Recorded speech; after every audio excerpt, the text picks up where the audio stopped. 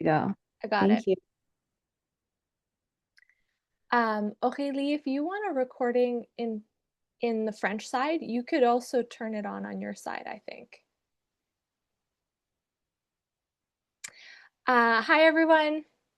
Thank you for joining. I'm just going to let a couple more people filter in, but we have interpretation on for today's workshop.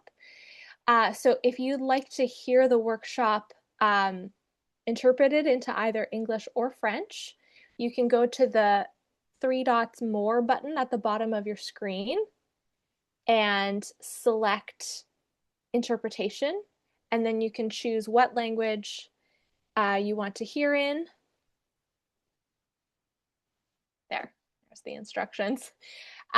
If you would like to hear everyone speaking in their original language, whether it's English or French, you can also choose that option.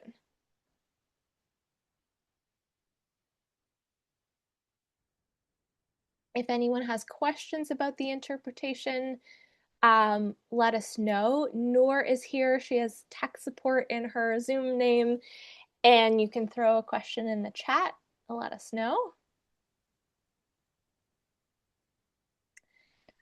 Kelly, je me permets de faire juste la traduction en français si jamais les gens pour le temps que ce soit réglé. Donc les instructions sont à l'écran, mais pour les francophones qui le souhaitent, vous voyez qu'on va interagir dans les deux langues. Pour toutes les interprétations, toutes les interventions en anglais, il y a un bouton en bas dans plus qui vous permet d'aller sélectionner dans interprétation français. Et c'est ce qui va c'est ce qui va donner la traduction instantanée pendant qu'on s'exprime. Je veux juste te dire, Aurélie, que nous, on avait bien entendu l'interprétation en français quand Donc c'était on avait déjà parlé réglé. avant, fait que de notre côté, en tout cas, on avait bien entendu. Parfait. Merci. Awesome. So for now, I'll stop sharing. I'll bring this back in case we need it later. But I'll say welcome everyone to today's slow touring session on an international slow tour or some international slow touring. We're going to start things off by welcoming Veronica Johnny, who is an educator and a rock music performer and an artist that we worked with in our slow touring program. And Veronica, I'll turn it over to you to do a welcome with us. And that's good morning, Kaylee. I'm very grateful to be here. Can you lift your mic, Veronica? That's right. Thank you. I'll speak up as well. I'm so grateful to be here with everyone. I'm here to do a grounding ceremony with you and to give a little bit about how international touring my thoughts on international touring. Veronica Johnny and Sikeson Nia Nehiao Esqueo Tawau Nitatemoak. So I said, welcome, my friends. My name is Veronica Johnny. I'm a Cree woman. I'm Athabasca Chippewa First Nation. I am born and raised in Fort Smith, Northwest Territories. And I identify as Two-Spirit, Cree woman. I'm Cree Métis on my mother's side and Dene Scottish on my father's side. My business is called IndigenEd, Indigenous Education for All, creating understanding between Indigenous and non-Indigenous people. So first of all, I'd like to do a grounding exercise with you. I have lit a smudge and I'm sharing it with everyone right now. So if you'll believe in smudge and you like to smudge, give a nice deep breath in with me and release. And now we'll take a pause in between the breath. Take a nice deep breath in. Pause. And out. Another pause. That's my cat, if you can hear my cat. Another deep breath in. Pause.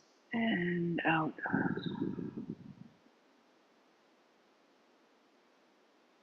So I just want to say how grateful I am to Ontario Presents and the great work that they're doing with slow touring. So we're here today to talk about, let's do another grounding exercise before we continue. I like to connect specifically to the land in my mind, in my spirit, through my heart center. I like to connect right to the land. So usually do this through visualization and our imagination and intention. And so let's connect, whatever your belief system is, connect to the earth, connect to the planet, connect to Mother Earth, and imagine energy running down your spine, connecting you, going out of your feet, going down through anything below you, not touching anyone, going straight into the earth and into the black dirt. Feel the black dirt in between your toes, like you're barefoot. Take a nice deep breath in and ask for some energy, Mother Earth's energy, to come up into your body. With a nice deep breath in and release. We like to say stand tall, like stand up straight like a tree if you can. Ground yourself into the earth. Connect to her lifeblood, the water flowing on her and within her. Connect to the air around you, the air in your lungs. Connect to your inner fire and also connect to her inner fire that burns at the center of the earth. So now I just like to say, okay, the grounding ceremony is done. I hope you feel a little more centered.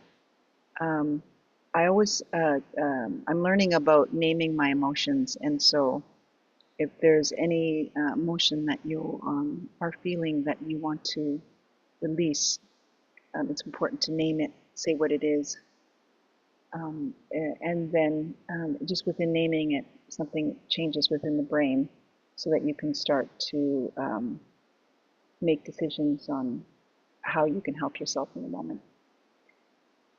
So for me as a musician, touring is something that has not been easy for me because I have such a large band and I travel with a lot of people.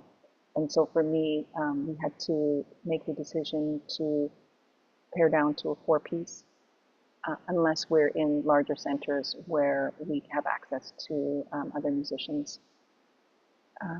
What I want to say about international slow touring, we've never been on an international tour. The Johnnies have never been on an international tour, and we've always wanted to.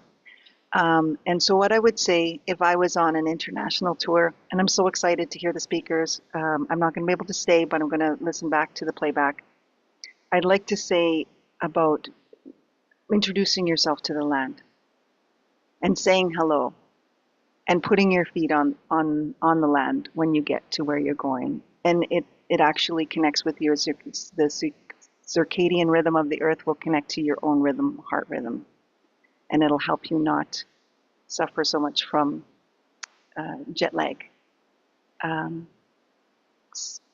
Seek ways to walk gently where you are and find the land acknowledgement of where you land,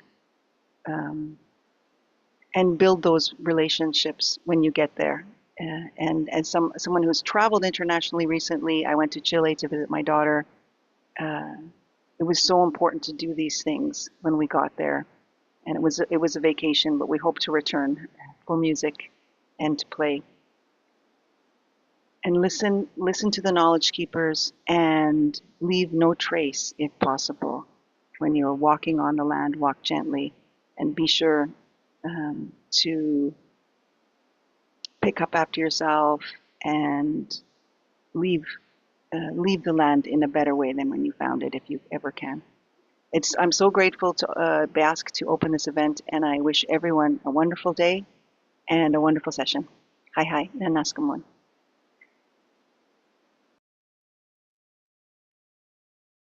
Nanaskimon Veronica, thank you so much for being here. As always, a pleasure. And you shared some beautiful reflections that I think capture a lot of the essence of what slow touring is. And that idea of taking the time to put your feet on the ground wherever you're going. I think that's very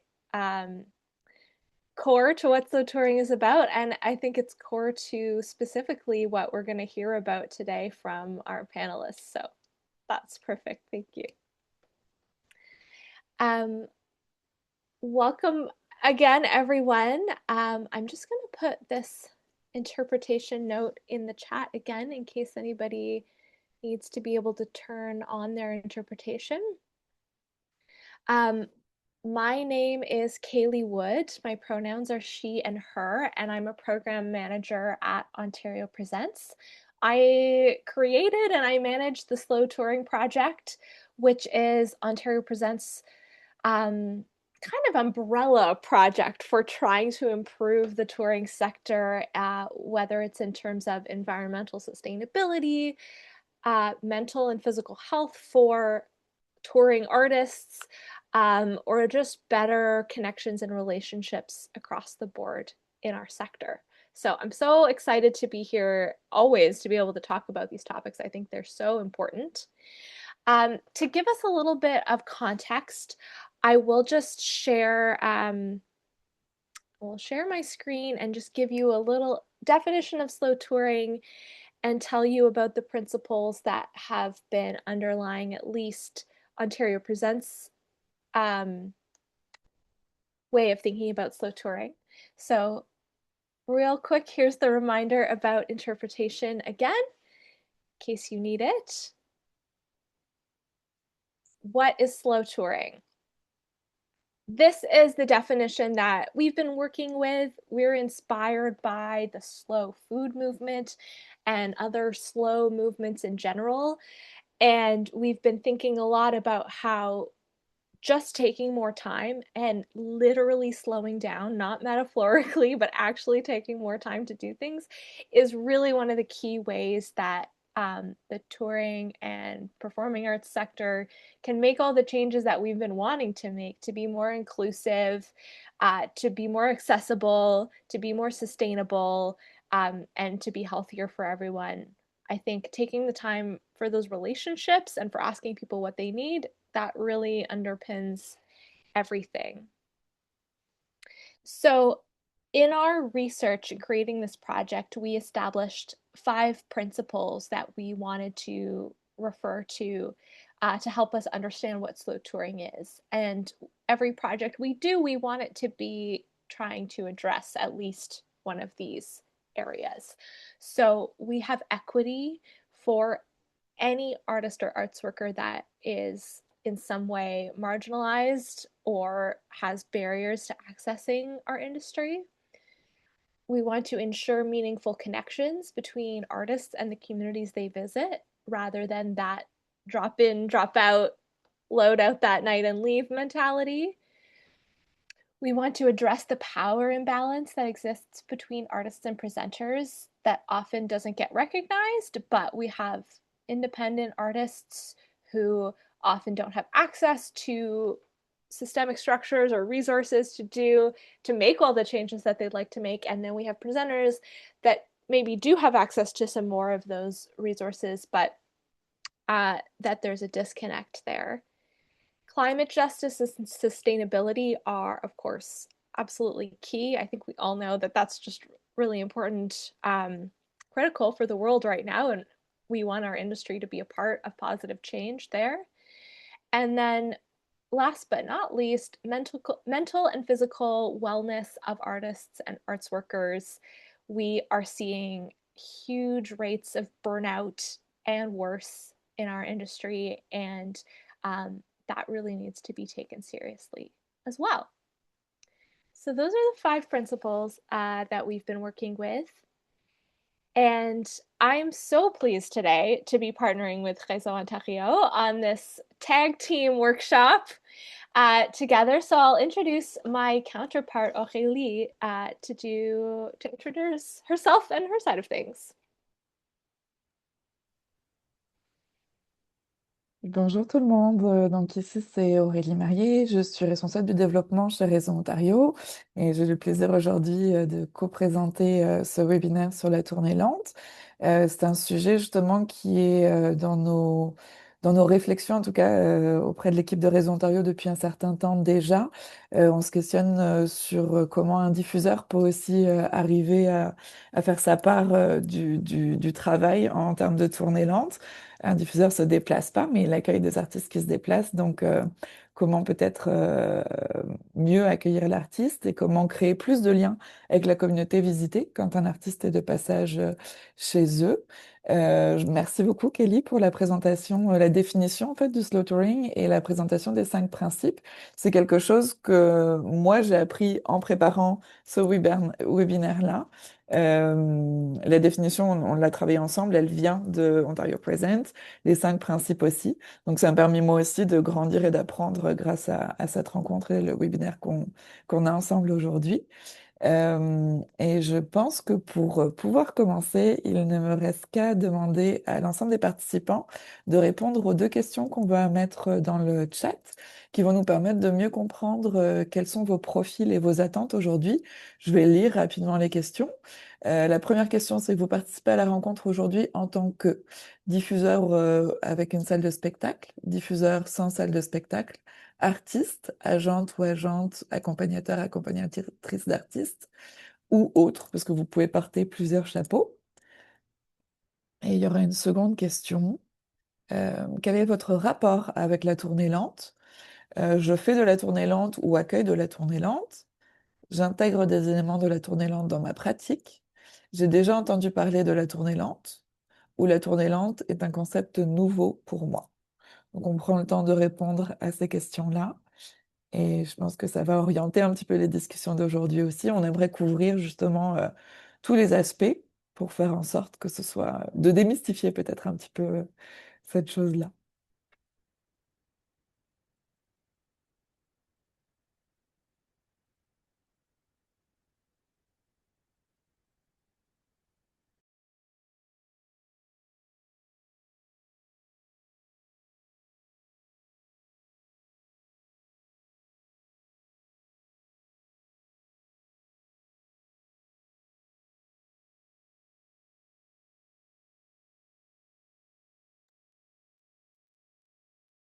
Est-ce que tout le monde a eu la chance de répondre au questionnaire? J'essaie d'observer vos visages, voir si j'ai des hochements de tête.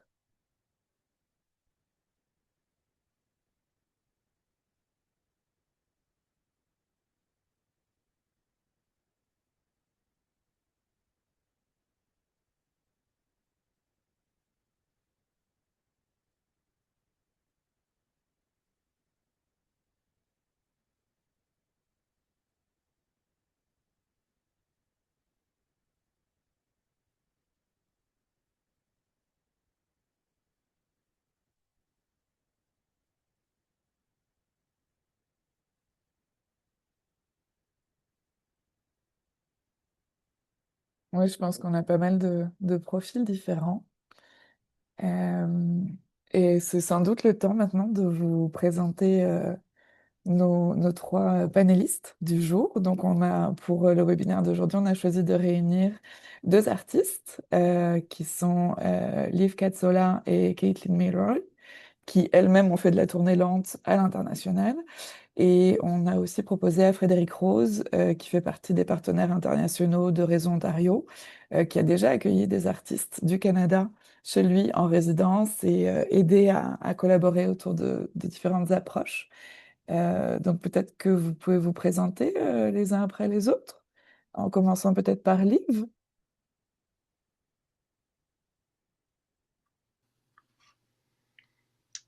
Thank you so much, Aurélie. Hi, everybody. My name is Liv Cazzola, she, her, and I am beaming in from Guelph, sunny Guelph, Ontario here. I am coming to this from a few different facets. I am primarily in 2 bands.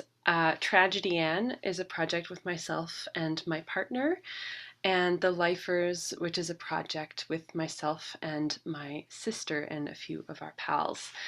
And so those are the 2 main musical projects that I view through slow touring through.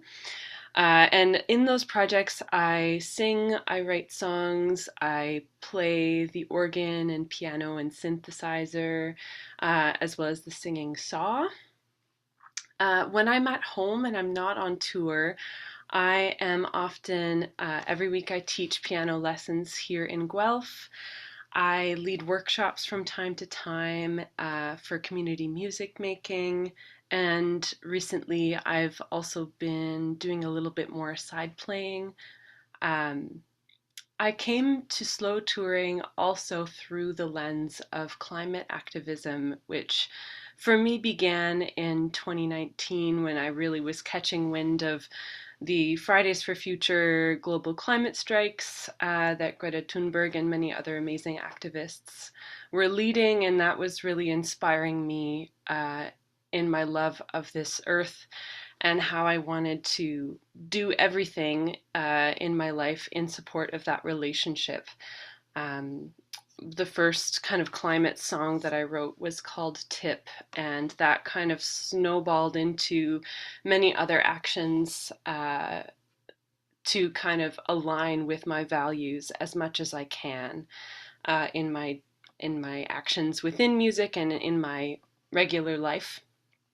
So one shape that took during COVID was joining Music Declares Emergency, which is an international group that brings together musicians who want to advocate for climate life, basically, on this earth forever.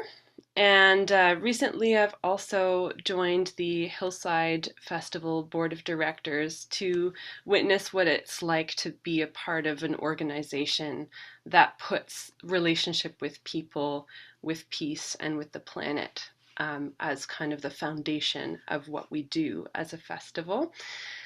And I've been doing speaking engagements from time to time as well.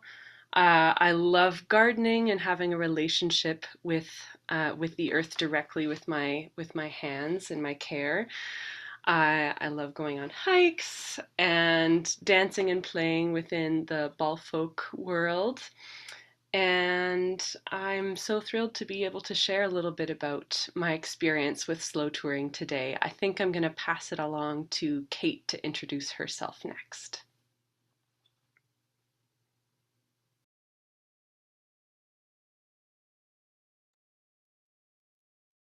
Hello.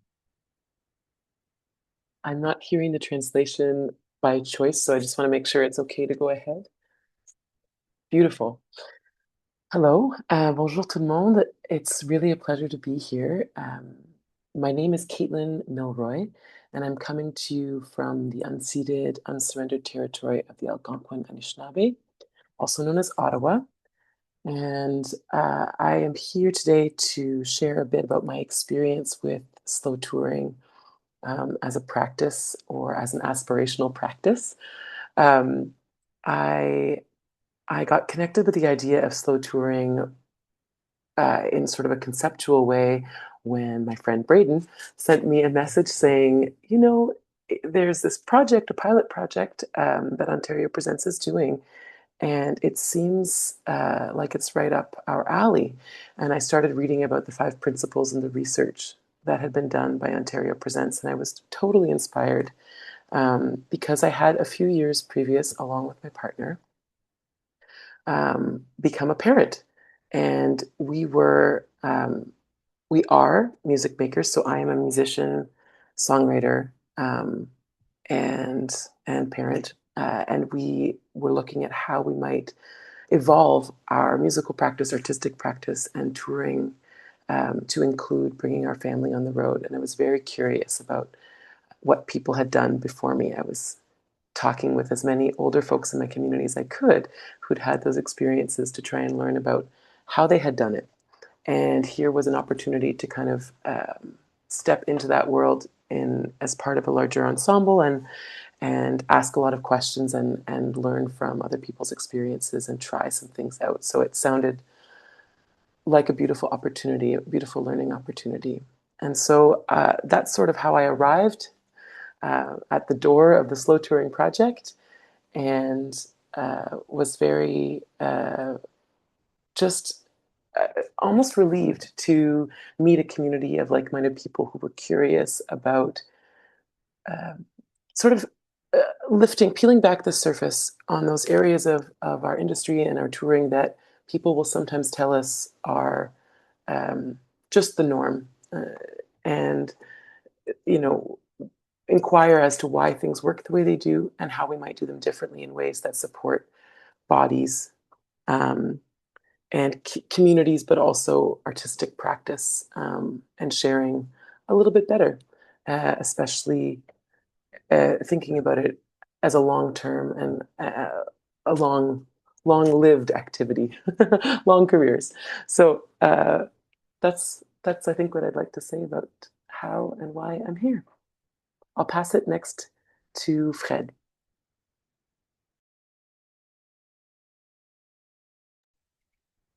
Bonjour tout le monde. Je suis très heureux d'être parmi vous d'un peu loin. Je suis à Clermont-Ferrand, en centre France, dans les montagnes et les volcans d'Auvergne, comme on dit par chez nous. Donc je suis très heureux d'être là sur ce sujet assez passionnant. Je crois qu'il y a beaucoup de choses à dire et je suis très, très content de pouvoir participer et d'entendre à la fois mes collègues se prononcer sur le sujet, mais aussi, bien sûr, les réactions peut-être des auditeurs. En tout cas, c'est un sujet brûlant, moi, je pense, d'actualité, peut-être même d'avenir aussi. Voilà, moi, j'ai un background de musicien. J'ai pendant longtemps travaillé en tant que musicien, bien sûr, en France, hein, principalement. Et puis je me suis passionné pour la transmission, l'enseignement, notamment des musiques un peu autres que musique classique, qui en France sont un peu séparées en termes d'enseignement. Moi, je viens plutôt des musiques improvisées. Et puis de la première génération des musiques numériques, électroniques. Donc, j'avais envie de transmettre et de m'intéresser à ces apprentissages-là à travers les multi-facettes qu'on peut avoir d'entrée en musique dans ces contextes-là. Voilà, j'ai par la suite dirigé un lieu de diffusion, deux lieux de diffusion principalement, toujours axés sur ce qu'on appelle en France l'accompagnement d'artistes, donc une façon de transmettre, mais plutôt au niveau de projets artistiques. C'est pas des cours de musique comme une école. Je reviendrai peut-être là-dessus si besoin.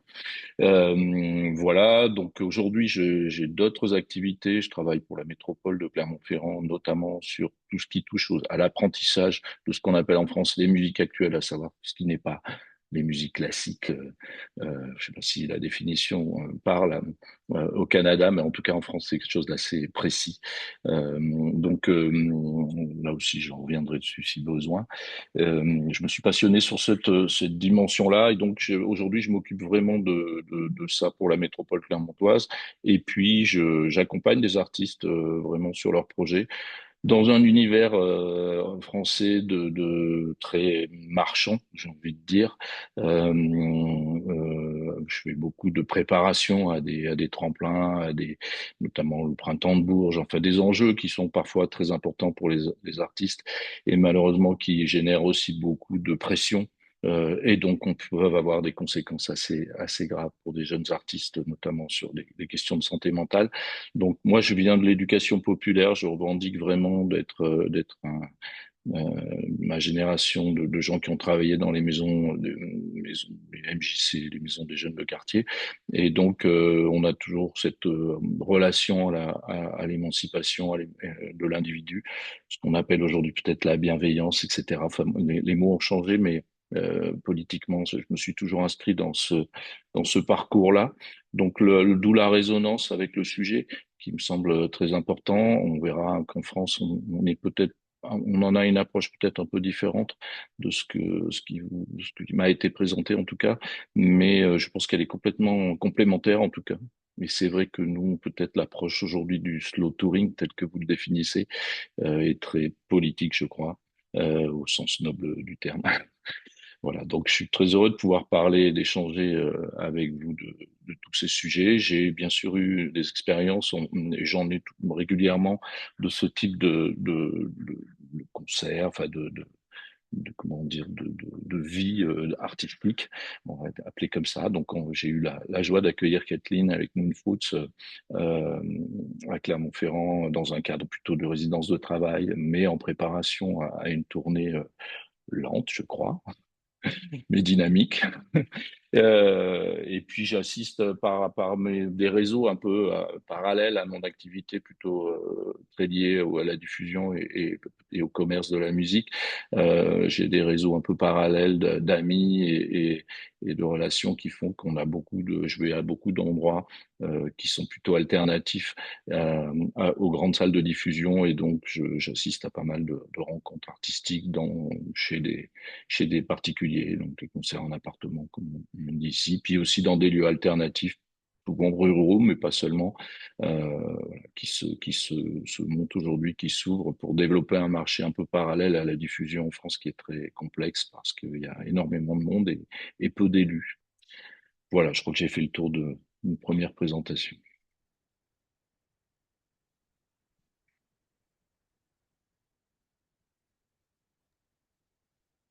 Thank you, everyone, for those introductions.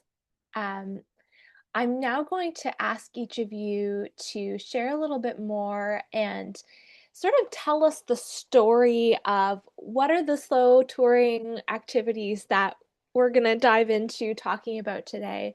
And just to give everyone here a little bit of a context and schedule for the day, I will have each of the speakers tell these stories, but then we're going to open it up for questions and discussion.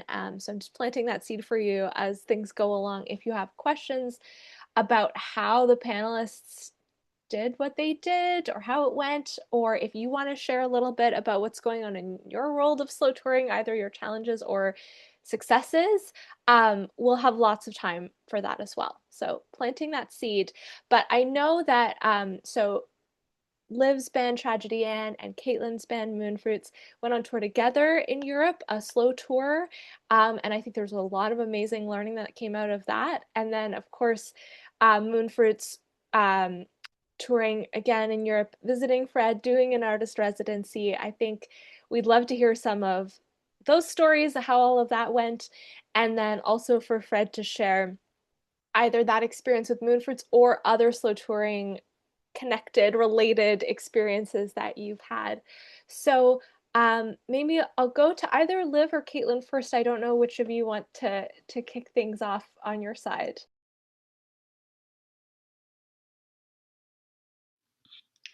I'm happy to go first if you want then what Kate says to flow into Fred's words as well. Okay. Okay, so I suppose I should frame what we did together first. Tragedy Ann and Moonfruits have been on tour a few times before here in Canada, and each time we did that, we thought we got to do this again somehow, some way. And when Kate and Alex I think it was when they first had Ben, their firstborn, we knew we wanted to go back to Europe. We had been to Europe in 2019 as well. We knew we wanted to go back together, but we also knew that it was going to have to look different, not only because we wanted to tour with their soon to be toddler, but also because we all were feeling the crunch of living in capitalism, and what that can do to our bodies and our spirits and our time.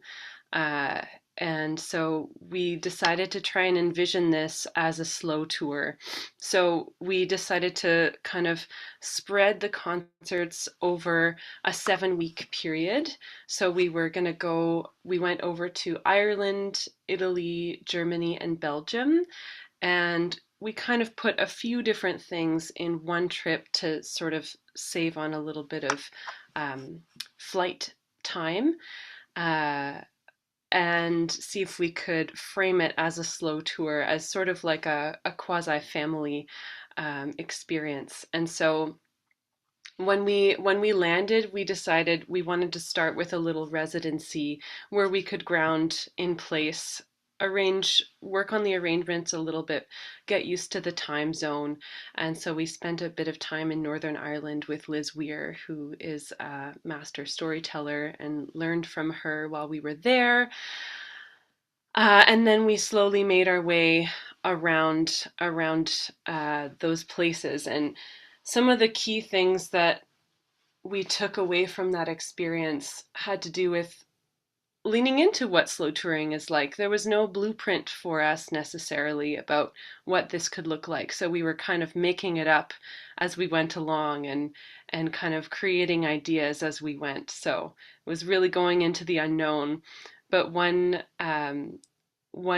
big takeaway was we had a caregiver with us for not the first 2 weeks, but the remaining five. And that made a huge difference in what it could look like for two bands to travel with a young one and the ease that that brought the group, which I know Kate's going to touch on a little bit more. But I have to say, touring with a toddler was such a gift to all parts of my being. It was really special to notice how when the needs of a child have to be met. There's no way around that. And when we did that, the needs of the adults were much more easily met as well. So we had really great outdoor time every day. We had 3 square meals a day. It really helped us to dedicate a little bit more to a routine while being kind of away and moving around.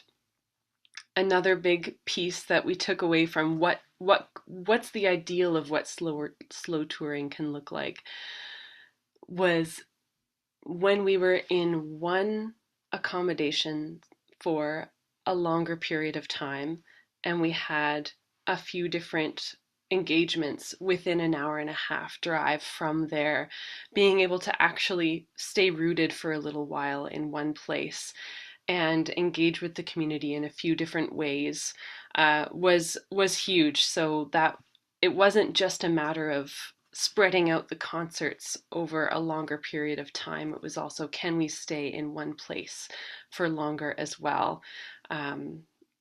So that was one of the big takeaways for me. And another huge takeaway that I wanted to share right off the bat is slow touring is such an important part of life, but it's also just one part of life for us. And if our life outside of that tour is not particularly slow, it doesn't necessarily align. So as all of the artists and presenters here know, it takes a lot of time to prepare for an event or a series of events. And if you don't have enough wiggle room to be able to do that in a slow way beforehand, it takes the body a while to recognize that it can slow down and it can ease into that pace. And that was a big challenge for us in preparing for this tour. We were really not living the slow touring values before the tour. And that was a big learning lesson for us. And it's not always possible. I feel like that's the hardest part, to be honest, is being able to live a life that is slow enough to allow for a job outside of music, to allow for the administrative load, to allow for Kate and Alex to be a parent as well on top of all of this. So these are a few of the key takeaways that we had, and I don't want to take them all before Kate can also speak. So I might just pass it over to her to continue for here, and then I can always jump in later as well or during the question period.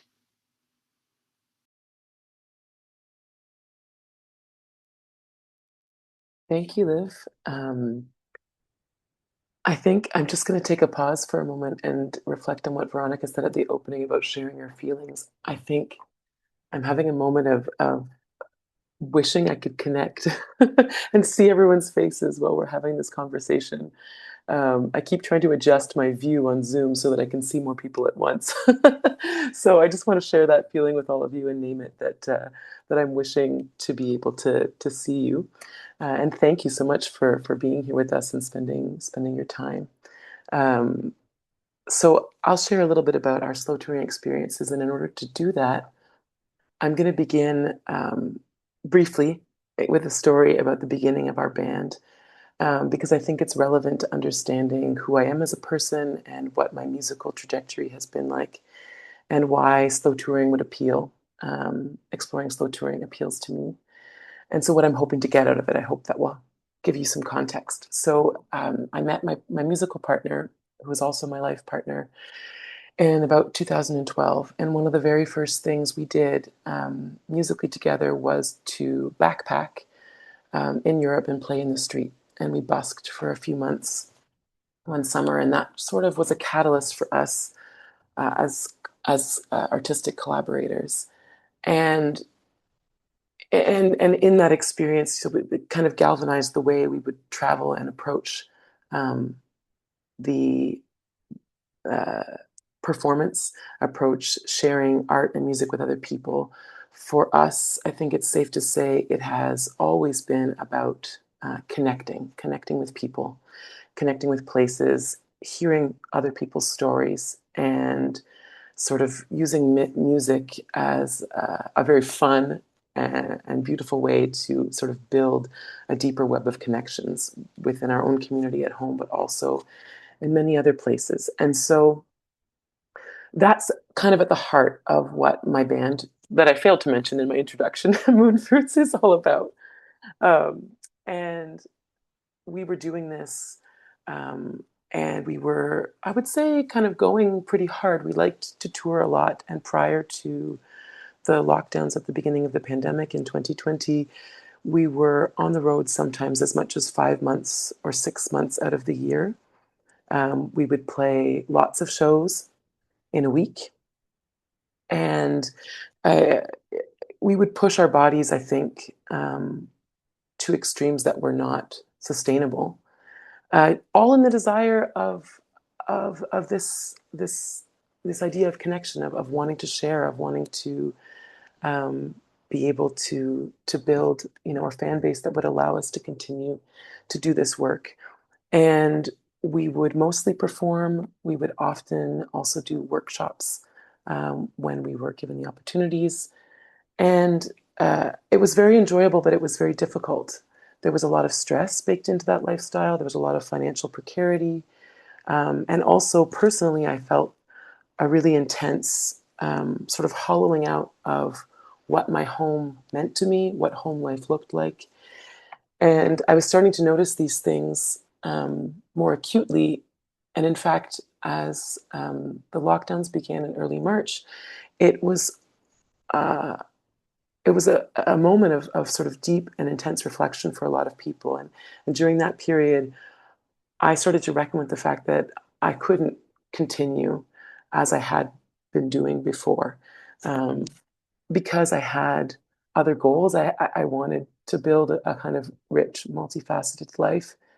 And the way I was working and living at the time, although it was very exciting, a lot of the time it was also very emotionally and physically exhausting. And I was seeing that it was wearing me down, and it was actually dimming, my ability to dig deep within myself and share any kind of reflection as part of my artistic practice. So there was already kind of a desire to do things differently, and becoming a parent only accentuated that for me, in part because, as Liv mentioned, anyone who's had to care for anyone, older, younger, but especially for young children, who are learning to communicate, you're on a long and winding curve of trying to figure out how to understand, how to take best care of other people. And both of you are learning simultaneously, and you have to give things the time and space that they need. There is no rushing. Anyone who's tried to get a toddler out the door will know that the more you hurry them along, the more they'll dig their heels in and say, no, I don't want to put my shoes on. So, using that as a metaphor, you have to give things their necessary time. And it was with this mindset that we came to approach this project with Liv and Braden of Tragedy Ann. And we felt safe embarking on this, like Liv was saying, sort of new way of doing things, because we'd had the experience of touring together previously. We had a lot of the same lived realities within the industry. So we had a shorthand that was already developed that allowed us to identify the things we wanted to do differently. And a deep and abiding friendship, which was going to be necessary to smooth over all those things that don't work when you're working together, or that are sources of friction, or just challenges that you need to kind of work out together. And so I think it's also worth mentioning, Liv, that we tried to do this twice. The first time we tried to do this slow tour, we booked most of the shows. The bookings weren't all lining up the way we'd hoped. The funding we'd applied for didn't come through, and we had to make the decision as a collective not to go ahead with the tour. That was a year before it actually happened. And I think it was difficult for all of us to come to that decision, but it was also very much in the spirit of how we ended up doing the tour that we decided, you know what, this isn't working. And swimming upstream right now doesn't feel like the right thing to do. So let's regroup and postpone and reorganize. And we ultimately did that, routing about 20 engagements over 7 weeks in Ireland, Italy, Germany, and Belgium. And there were a number of highlights and lessons learned. Of course, touring with a caregiver was incredible. It was wonderful to be able to rely on someone who had a pre-existing relationship with our kid, and with whom we were already very comfortable. At this time, our kid Ben was 3 years old, and 2 years old. Thanks, Liv. I know how old my kid is. He was 2 years old. He was 2 years old, turning 3. And so, there are important things to think about there. You're looking at how much sleeping and when a person sleeps, what kind of energy they have to do things in a day, whether meeting new people is a positive or a negative for this person, whether they need quiet time on their own, getting out and getting enough physical activity, being able to eat at the right times, whether or not they can sleep in a car. It's all of the things that you consider in your day-to-day, plus you're also traveling with 5 other people and trying to meet their needs too. So it was really beneficial for us to be able to rely on our friend Sam, who is also an artist. And I think, on the point of shorthand here, had already a deep understanding of what it meant to tour and the way that we toured. And I mention these things just because, hiring someone to do caregiving work, you're looking for a person who has obviously expertise in working with children. But also, it's not every caregiver who wants to go on tour with a couple of folk bands. So it was really helpful for us to find someone whose life experience prepared them for that kind of experience, and meant that we all knew that we didn't have to necessarily explain every aspect, that certain things were generally understood. And that was really, really, really great. We had a couple of initial sessions with Sam ahead of time and prepared him for what the day-to-day would look like with Ben and how that would fit in with the tour schedule itself. We prepared a document with Ben's general schedule from day to day and things that he liked to do, things he was really into at the time. And during a debrief after the tour, I'll never forget, Sam said, I know I asked for all these preparation documents, and it was really great that I had them.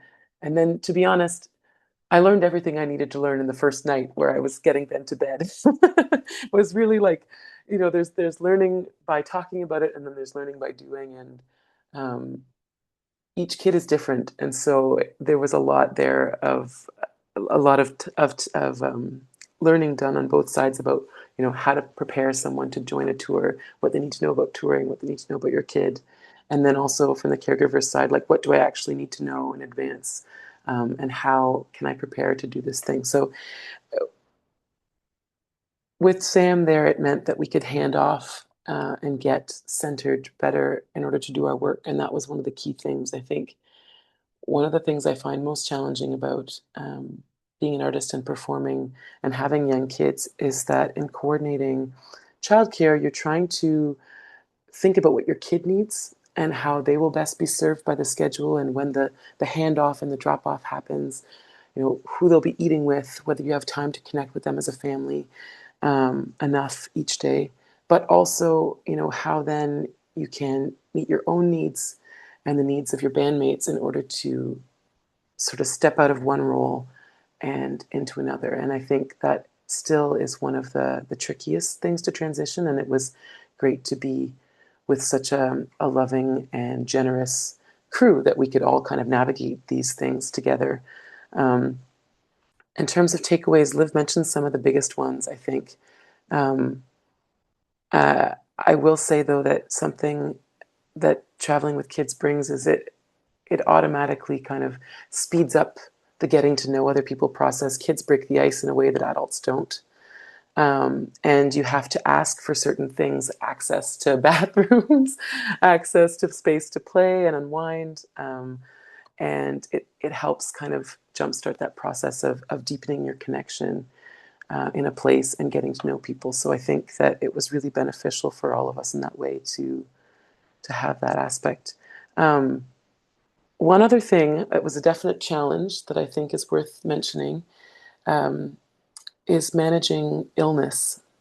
And something that was a big takeaway for us from this tour is we timed, we toured in September and October, and we left in early September, a week after school started in Ottawa.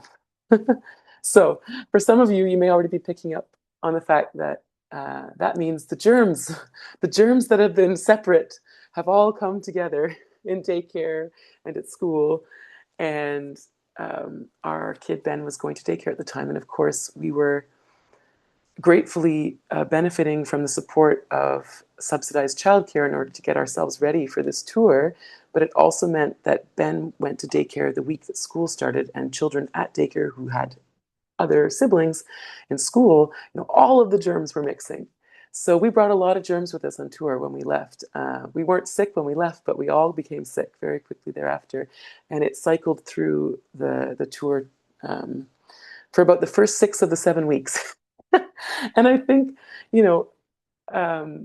prior to COVID and lockdowns, I think I will speak for myself, I was a lot more casual about how much I worked while I was sick, and casual about not getting enough space or time to recover.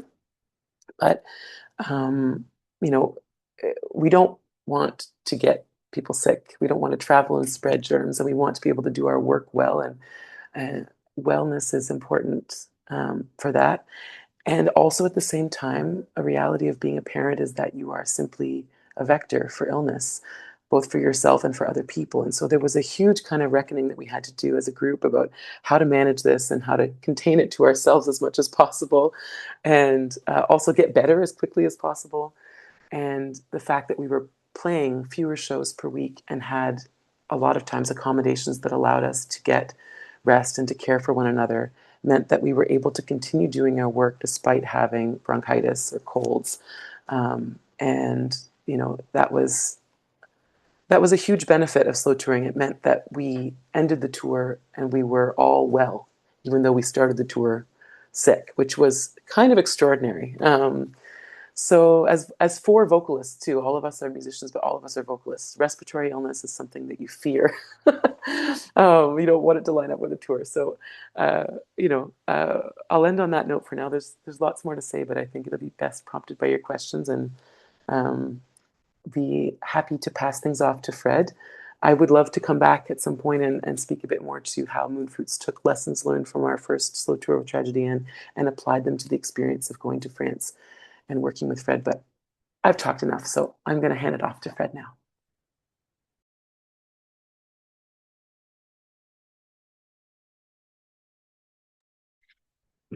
Oui, merci. Alors moi, je vais pas parler en tant qu'artiste, mais je vais peut-être.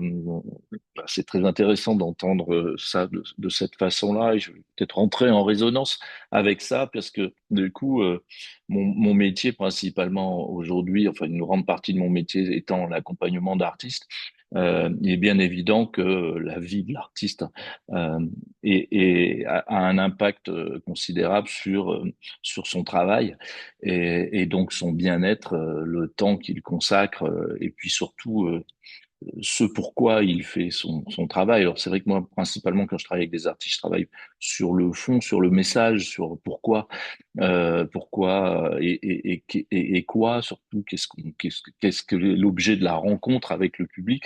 Donc, toutes ces tranches de vie sont hyper importantes puisque pour moi, l'art, c'est un média. Et c'est un média qui permet à des artistes de rencontrer des publics et à des publics de rencontrer des artistes, mais surtout à partager des émotions. Donc, si ces émotions sont biaisées, faussées par un mal-être, si elles sont de la frustration, si elles sont, enfin, voilà, on n'est plus du tout dans le bien fondé de l'art, qui justement a peut-être le seul média, ou le média le plus sensible après l'amour, mais l'amour étant quelque chose de pas forcément partageable au sens en tout cas, mais tout le monde, mais en tout cas, je pense que cette approche-là que moi j'ai dans mon travail au quotidien, qui est de, ok, on va travailler sur une transmission d'émotions, encore faut-il être apte à les transmettre, à avoir envie de les transmettre et avoir envie de rencontrer des gens et donc être dans les meilleures conditions possibles pour le faire parce que c'est très exigeant, parce que c'est un instant, il faut être vraiment dans l'instant et donc on peut pas en même temps être là et en même temps penser être ailleurs parce que bah oui les enfants, parce que peut-être la maladie, parce que peut-être l'éloignement, parce que etc. On peut faire une longue liste de tout ce qui pourrait parasiter la transmission de l'émotion et le fameux média. Donc c'est vrai que c'est en ça que peut-être que je peux pour moi, ça fait partie de mes, comment dire, de mes points de vigilance, bien sûr, que de pouvoir travailler avec un artiste dans la mesure où il est, comment dire, dans les meilleures conditions possibles pour travailler. L'expérience avec Moonfruits, c'était un peu compliqué puisqu'on avait des séances de travail prévues quasiment le lendemain de leur arrivée, donc la question du jet lag plus la famille, plus l'installation, etc., etc. Donc c'est vrai il y aurait beaucoup à dire sur le fait qu'on avait tout à faire en même temps.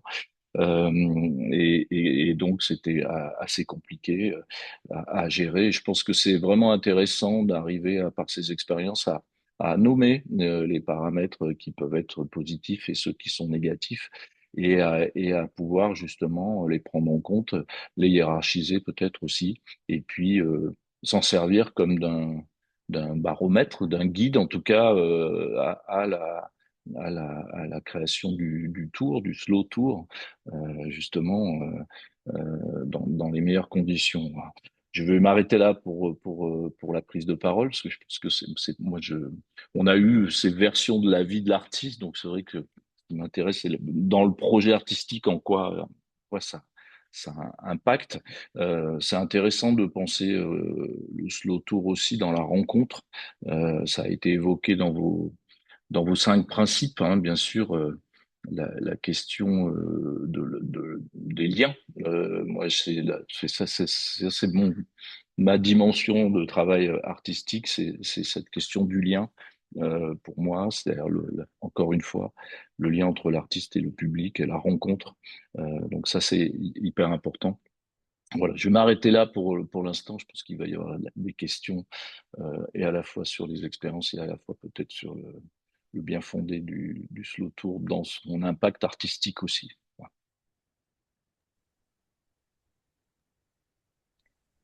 Thank you. It is 2 o'clock. So much as I don't want to interrupt the flow of all these great ideas that are coming out, I also, in the spirit of slow touring, kind of want to respect our bodies and give us our like 5 minute bio break halfway through. So I would love to see everyone back here at 2:08, but I am just going to give us that 5 minute space. I always like to say, I don't know if anyone buys into this, but I always like to say, you don't have to check your email. You can use your 5 minutes to just stretch or, breathe or, check in with your body before you go into work mode. breathe the fresh air. So yeah, we'll start again at 2:08, and hopefully all those ideas can percolate for 5 minutes, and we'll jump right back into discussing them. Thank you, everyone.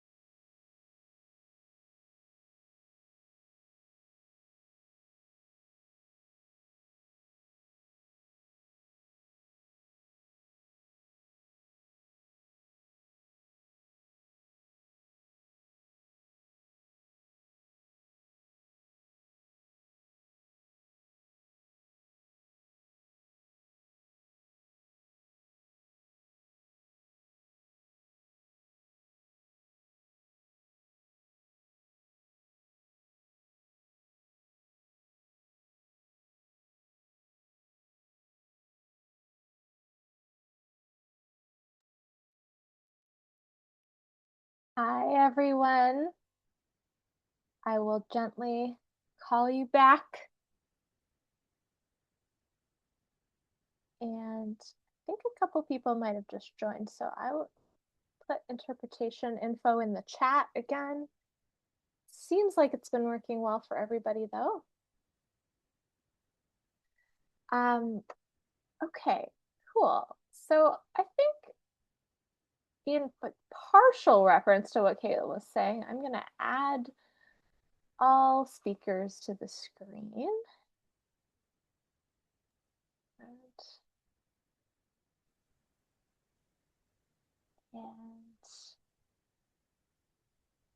okay.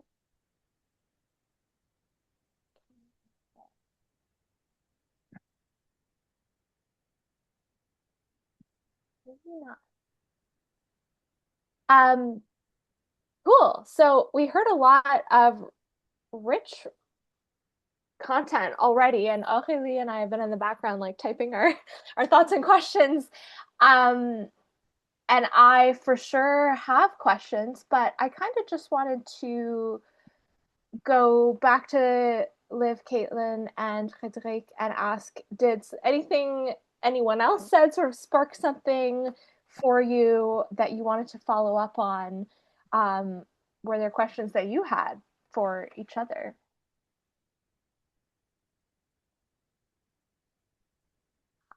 There we go. There we go. I'm unmuted. Sorry, I was outside. It's so nice out. Yeah, it's gorgeous here. Well, I'm in Toronto, but we're close-ish. Yeah, so I was just saying I have many questions that I'm excited to ask you guys, but wanted to just see if any of you had something that sparked when someone else was talking that you wanted to add in or ask a question of each other to give you that chance. Yeah, I was writing down a few notes as Fred and Kate were talking, just to kind of highlight a few other things, which maybe I'll start with one or two and then pass it off. One thing I really wanted to mention is that Moonfruits and Tragedy Ann gathered for a post-tour reflection period when we were finished the tour, and it was a multi-day reflection time where we made notes on what went well, what could have gone better, learning lessons, positive takeaways, and it was such an important time to have that closure of this big multi-year project essentially, and to be able to really learn together and have a place for us to document all of these things so that we can go back to them and remember what we learned, apply them to the next adventure and the next one after that. And rereading it today before this really reminded me of how important that is, because there were a number of things that didn't stick in my mind and are so important to reflect on. Like, for example, how much we loved the school workshops that we did and how we really want to build each tour stop to have a workshop because of the quality of connection that you get with a whole other generation of people in that area. So that's just one thing that I've taken this practice on in other tours as well. When we finish other tours, we've written down a document of what we learned along the way, and that for me is a lot. That it really does embody a lot of slow touring values and keeps the work improving. So I'll just say that for now. I'm not sure if Kate and Fred have things to add as well.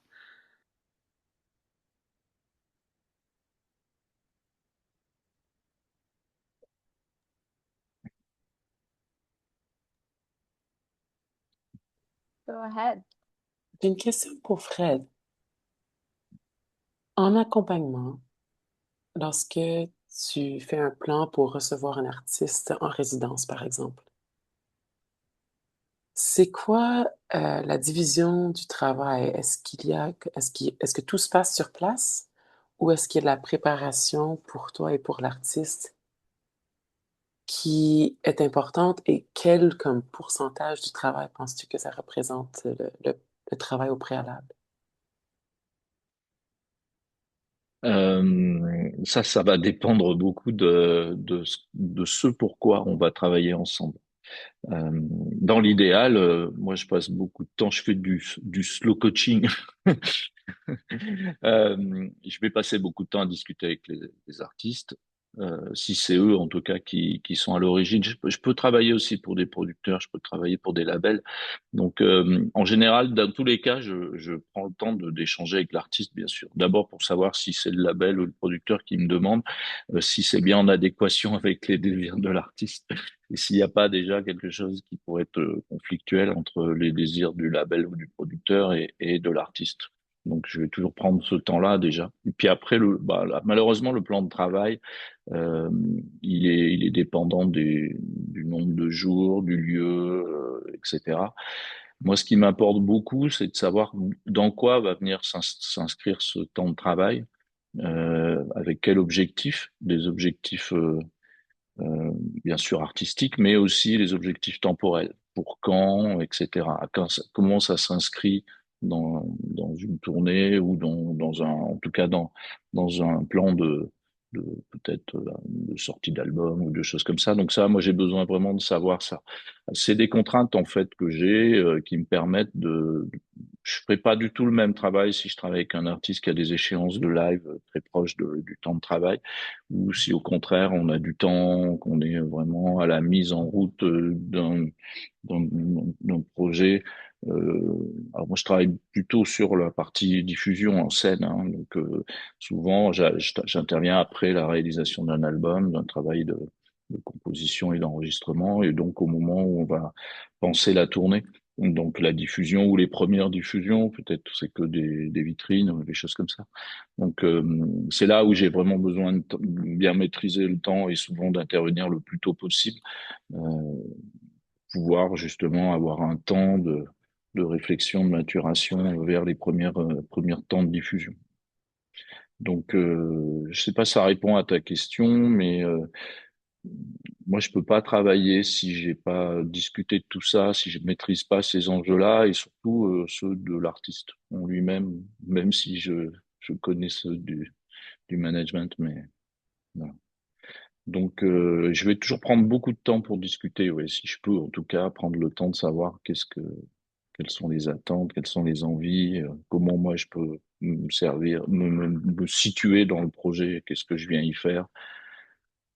Ça touche à la question de la légitimité de mon travail. Je finis juste là-dessus parce que c'est souvent une question qu'on me pose, et notamment les jeunes gens qui veulent faire ce type de travail. Euh, je dis toujours que la légitimité, c'est pas quelque chose qu'on prend, c'est quelque chose qu'on nous donne. Et donc, à partir de ça, j'essaye de m'inscrire dans le projet, dans le parcours, pour essayer d'amener le meilleur au meilleur moment, au moment où j'interviens. Voilà. Donc, ça passe forcément par un temps d'échange le plus important possible avec l'artiste, ou les artistes.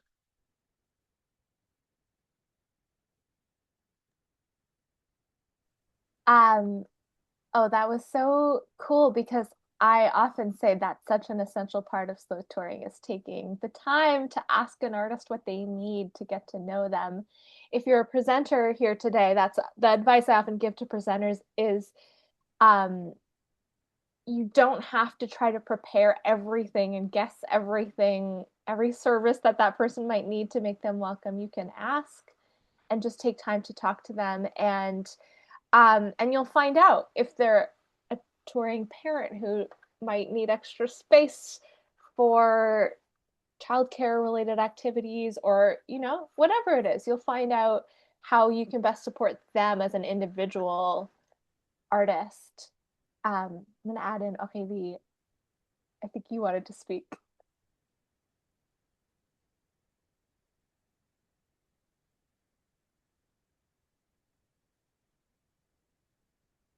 Juste sur cette question, c'est intéressant que tu dises ça, de prendre le temps et puis pour découvrir, parce que c'est vrai que moi souvent, si je prends le temps, pour autant, j'aime bien découvrir les choses sur l'instant.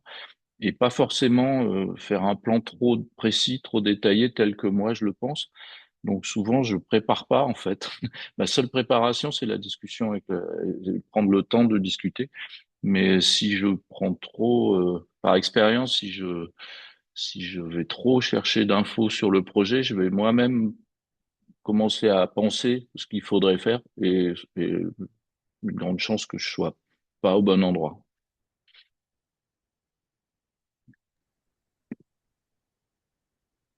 Moi, j'aurais des questions. C'est un petit peu dans la veine de ce que demandait Kaitlin à Frédéric. Euh, on parle de résidence, Frédéric, avec toi. Tu le dis, tu as un profil qui est très spécialisé en accompagnement d'artistes.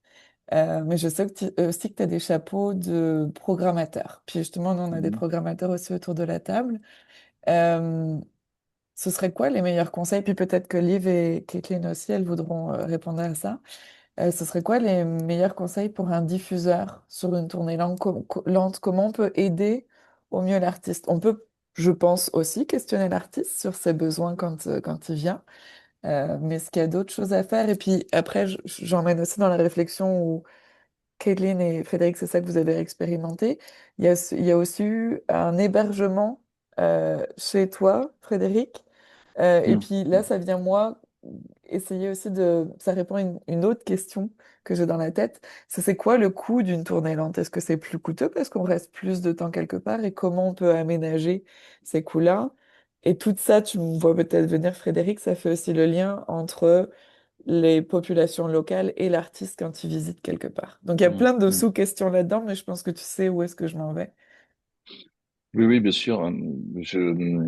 C'est ce que j'allais répondre en fait. Pour moi, pour un diffuseur, l'important là, du coup, c'est de prendre les choses dans l'autre sens. Là, on a beaucoup parlé de l'artiste, de la vie de l'artiste et ses contraintes et etc. Mais pour un diffuseur, ce que je trouve intéressant, c'est le public. C'est qui le public? C'est la vie du public. Et la vie du public en adéquation, en résonance avec la vie de l'artiste. Donc, ce qui me semble important là, du coup, c'est de bien maîtriser ce qu'on a chez soi en tant que diffuseur, à savoir, voilà, bien sûr, la partie un peu technique des lieux de diffusion, etc., mais surtout les gens qui sont les gens. Et j'ai même envie de dire, c'est au niveau de la programmation, c'est au moment de la programmation qu'on va mettre en résonance des artistes qui semblent pouvoir rencontrer le public qu'on connaît ou qu'on a envie de rencontrer, de faire rencontrer, etc. Alors, c'est vrai que ça, c'est des questions pour moi, le rapport à la diffusion pour un diffuseur, c'est vraiment. Alors, tout dépend ce qu'on entend, hein. Je parle d'un diffuseur qui accueillerait, donc, qui a une salle ou qui est sur un territoire bien donné, et non pas quelqu'un qui organise des concerts dans le cadre de la tournée, qui serait plus un producteur d'événements, hein, d'accord? On est bien d'accord là-dessus, parce que c'est très différent, bien sûr. Mais quand on est diffuseur dans une localité, qu'on a un lieu, bien sûr qu'en principe, en tout cas, je pense que c'est le cas de la plupart, ce lieu s'inscrit dans une localité avec une fonction sociale et rentre souvent là aussi en lien avec d'autres structures qui sont des structures éducatives, qui peuvent être des structures de santé, qui peuvent être, enfin, normalement, en tout cas, moi j'ai toujours travaillé comme ça et beaucoup de lieux en France fonctionnent comme ça. Donc c'est pas juste le lieu de diffusion du concert, c'est aussi voilà tout un tas de possibles de rencontrer. Donc ce qui est intéressant, c'est vraiment cette partie-là, c'est de penser la diffusion dans le cadre dans ce slow tour comme ça, c'est bien d'intégrer cette diffusion à un milieu social et donc pour moi d'optimiser au maximum le temps de présence de l'artiste sur ce territoire dans l'idée que c'est pour ça que c'est très chouette d'entendre dire bah bien sûr les interventions en milieu scolaire mais des interventions en EHPAD enfin pardon l'EHPAD c'est les maisons de retraite ici, euh, etc. Pourquoi pas dans le milieu carcéral, etc. On a tous un tas de liens. Et puis aussi dans des lieux improbables, il y a pas mal de collègues, moi, qui sont diffuseurs, qui font des concerts aussi avec les commerçants, avec voilà, dans des lieux, des magasins, dans des garages, enfin, des choses comme ça. Et c'est vrai que là vont se passer des choses hyper intéressantes puisque on sort de la simple confrontation, présence de la scène pour être sur quelque chose qui a plus de on dire, qui va plus loin peut-être presque dans la fonction sociale que peut avoir le projet artistique dans son empreinte qu'il va laisser dans la localité, mais j'ai envie de dire dans la société. Moi, ça touche toujours à des questions de fond, encore une fois, la dimension artistique dans une société, qu'est-ce qu'elle vient amener? On sait très bien que c'est ce rapport au sensible, mais il concerne pas que les publics identifiés. Quand on va dans une salle de concert, tout est déjà joué, j'ai envie de dire. Il y a les gens qui viennent consommer la musique et puis les gens qui la font. Mais on est dans quelque chose d'assez basique, même si c'est super. Mais quand on va jouer, voilà, dans une école, il se passe complètement autre chose, évidemment. Et dans un commerce, il va se passer encore autre chose, etc. Et c'est là où c'est intéressant. Et c'est pour ça que le travail du diffuseur, c'est aussi de bien mesurer en quoi le projet artistique et les gens qui le portent, on veut dire c'est la même chose un peu normalement, va résonner à la fois dans son lieu, bien sûr, mais aussi avec son territoire. Et c'est là où je trouve que c'est important de faire des bons choix de programmation. Ça s'arrête pas juste à l'esthétique musicale, ça s'arrête à ce qui est dit. Et ça transcende en fait l'esthétique musicale, puisqu'on peut avoir le même message qu'on fasse du rap ou de la folk ou de l'électro, etc., bien évidemment. Et on peut avoir le même mode de communication, même si l'esthétique change. Donc, je sais pas si ça répond à la question, mais pour moi, c'est ça qui doit être analysé, c'est ça qui doit être dans la balance, et c'est ça qui doit être évalué, au sens noble du terme.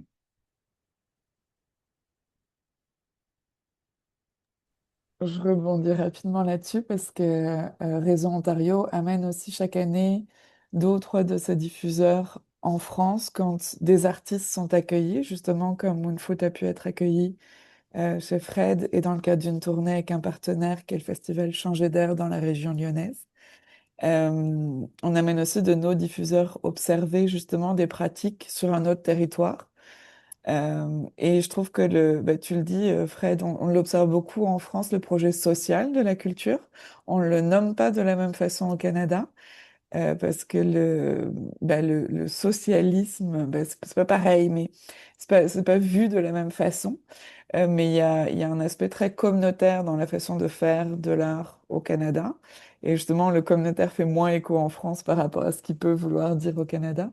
Mais je pense que tu le soulignes justement aussi, le projet de rencontre, en tout cas, et ça fait partie des 5 principes que Kelly a nommés dans les 5 principes de la tournée Lente, qui est justement de créer du lien en fait entre les gens qui accueillent et l'artiste qui visite et qui traverse. Donc je trouve que ça répond pas mal à ça.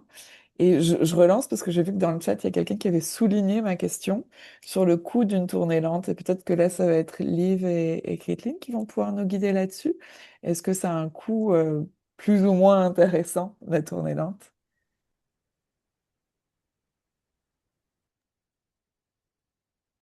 You want to start off, Liv, or shall I?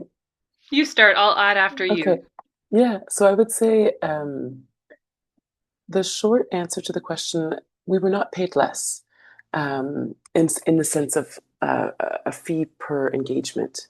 I would say that the fees per engagement were negotiated on a one-by-one basis, depending on the size of the audience and what was feasible for that presenter. A lot of times too, there was always an opportunity, or there was often an opportunity to have a sliding scale ticket. So there was a suggested price and people were not necessarily turned away for lack of funds and often could contribute more if they had the means. Where we made up the difference, I would say there were two really important aspects. On the one hand, we tried to offset as many tour costs as possible with in-kind contributions. And in that way, the presenters were kind of not necessarily providing all of those things themselves, but they were key connectors within the community. They were able to direct us towards people who could help us with those things. they also, both on this tour and in other tours like this where we've applied slow touring principles, can connect us with other engagement opportunities within a similar radius, which helps to increase how much you're earning as an artist for different activities that you can do professionally, whether that be workshops or performances like in retirement homes, things that we do in schools. And then also another aspect was funding. We had public arts councils, so from Ontario and also from the Canada Council. We had support for this tour that we embarked on, which was budget-wise absolutely essential to the tour's success in this case. I think all parties acknowledged that that funding was crucial to the viability of the financial viability of the tour in this case. And it's something we're really grateful for. Although I think it's worth, noting that, like I said, when I was talking about having tried to do it the first time and it not working out, not having the funding pieces in place was one of the elements we were considering when we chose not to go ahead that first time. I think, it's a desire to make things function with and without funding support, so that it's not sort of a piece that is a deciding factor at all times. And so in that instance, or with that in mind, I should say, and Liv, maybe you can jump in here.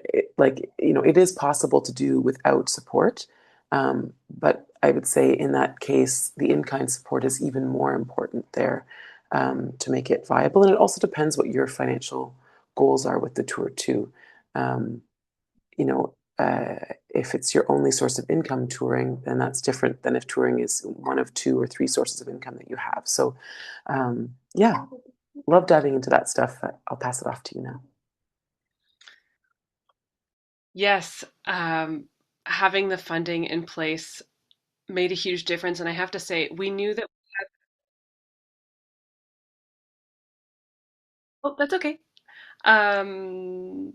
Yeah, we knew that we had Ontario Arts Council funding before we embarked on the tour, but we didn't know about our Canada Arts Council funding until the beginning of, I believe it was week 6 of the tour.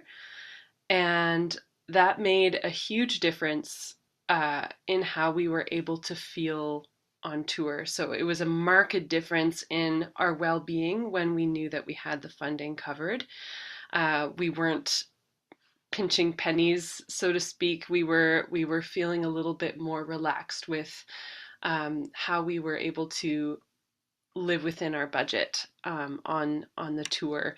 So that is a big barrier in Canada in terms of the lag time between when you have to apply for funding and when you get the news of funding. And that's just a reality we're living in right now that is very difficult. And I want to advocate for faster results because it just makes things much more possible. We didn't have to, it would make our well-being so much better. I saw a question come through about how we made the case, strategies to communicate to the funder.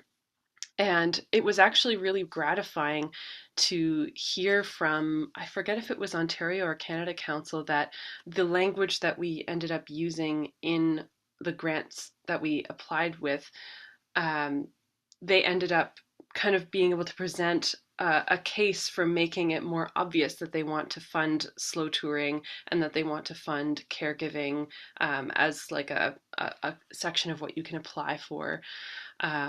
So I really appreciated that. They wanted people to do this kind of project, and they wanted to be able to communicate better to Canadians that they would like people to apply with slow touring principles in mind. And so, yeah, it was really, we were making the case for 2 bands coming together to share resources and share the labor beforehand for being able to put the tour together, elevating each other's performances by performing together as a quartet instead of 2 separate duos, and the fact that we could make it possible for a family to be on the road together. So those were some of the key things that we talked about in the grant, as well as the environmental impact being a little bit lower as well. That was one thing that I felt. I long for that aspect to be improved, to be honest, about how we can lower our footprint. But one thing I will share with the artists here is that, of course, you as the artist are the one that's traveling around, and so even though the let's say carbon footprint of your travel is probably the highest percentage of what you're contributing for that tour, if you are going to small communities and the audience doesn't have to travel far to get to you, that is a huge benefit. I just wanted to mention that. Tragedy Ann ended up doing another tour that wasn't 100% a slow tour, but this past November we took the Via Rail train out to BC and back. And that was an example for us of that one was not a tour that had any grant funding, but because we were able to negotiate a lot more in-kind support from venues and the exchange with Via Rail so that our travel out to BC and back was covered, it made it a really financially viable experience. And so that's just an example of how the more the venues can be involved with your accommodations, your food, maybe pointing you in the direction of something free and fun that you can do in town. All of these little things add up to make it a higher quality experience and a lower cost experience as well. So yeah, being able to develop relationships with presenters who are interested in doing more than the bare minimum of just hosting music on a stage is huge. And so just thinking about your contacts that you already have and seeing how you can nurture that relationship even deeper is such a key piece. And maybe who are they connected with who have the same values or similar values in another area? That's going to be a huge way of kind of growing this musical family tree. Maybe I'll pass it off to Kate now, or I'm not sure who wants to speak next. I'll jump in really quick because I've also written a lot of grants around slow touring, and so just to add that slow touring is really an avenue or a mechanism to achieve. I mean, for me, it's the 5 slow touring principles. So things like equity and accessibility and better health of artists and sustainability. Most funders have those things as their priorities. So they are looking for people that can offer that are trying to accomplish those things in their work. So if you can show in your application that the reason you're doing something more slowly, you're doing fewer events, you're having an artist stay longer, or you are an artist staying longer, if you can show that that is serving your health and well-being or those around you, that it's serving sustainability, that it's making the tour more accessible or inclusive in some way, I really think those are powerful arguments. Funders want to do those things. That's what they want to support. So just making that connection for them that doing fewer things is allowing those goals to be accomplished, I think works pretty well. But Kate, I know you want to speak, so I'll go to you. And I also just wanted to ask if you had any examples that weren't covered yet of what that in-kind support from a presenter can look like. If anyone in the audience here wants to ask a question, please feel free to put it in the chat or raise your Zoom hand and I'll come to you. Over to Kate. Kaitlin speaking. So yeah, on the subject of in-kind support, it really runs the gamut. I think in-kind support can be something as small as adapting your green room so that it's a space that can accommodate the artists you're hosting. I'll give an example. Even in many beautiful performing arts centers, the green room has only overhead fluorescent lighting. If you have a lamp and you could put the lamp in the green room, suddenly we can turn off the overhead lights and keep, a small amount of light in so that it can become a room that also serves as a napping space and a space for a caregiver and a kid while the artists are performing. Or perhaps you have a daycare that's associated with the community center that you run in addition to cultural programming that you offer. And there is a way to connect, with the daycare and have someone or people connected with that provide childcare support, for example. Or perhaps connect with them and have your artists offer a performance for children earlier in the day or the day prior to the performance itself. So I'm getting threads. I just got excited about that one. But back to in-kind support for a second. It can also look like accommodations and food, um, and also kind of connections with other services in the city that might serve the artists as they're traveling. That can be like a recommendation for a park to go to that is close to the venue, and is safe. I guess what I'm trying to say is it's not any one thing. It's all coming back to this piece about communication, about seeing what the artist might need, and about being able to offer something that can ease that load. Sometimes it looks like administration instead of having the artist or their manager be the point at which all communication about how you might make the tour, be deeper experience with the community happens. Instead of having them be the only hub, you can almost create micro hubs where each sort of community presenter is the person who knows their community best, knows the audience best, and has ideas for how the artist might deepen their connection with that audience. Des occasions de rencontre. Other performance opportunities or workshop opportunities. That kind of administrative load of being able to be the point person to make those connections is also hugely helpful.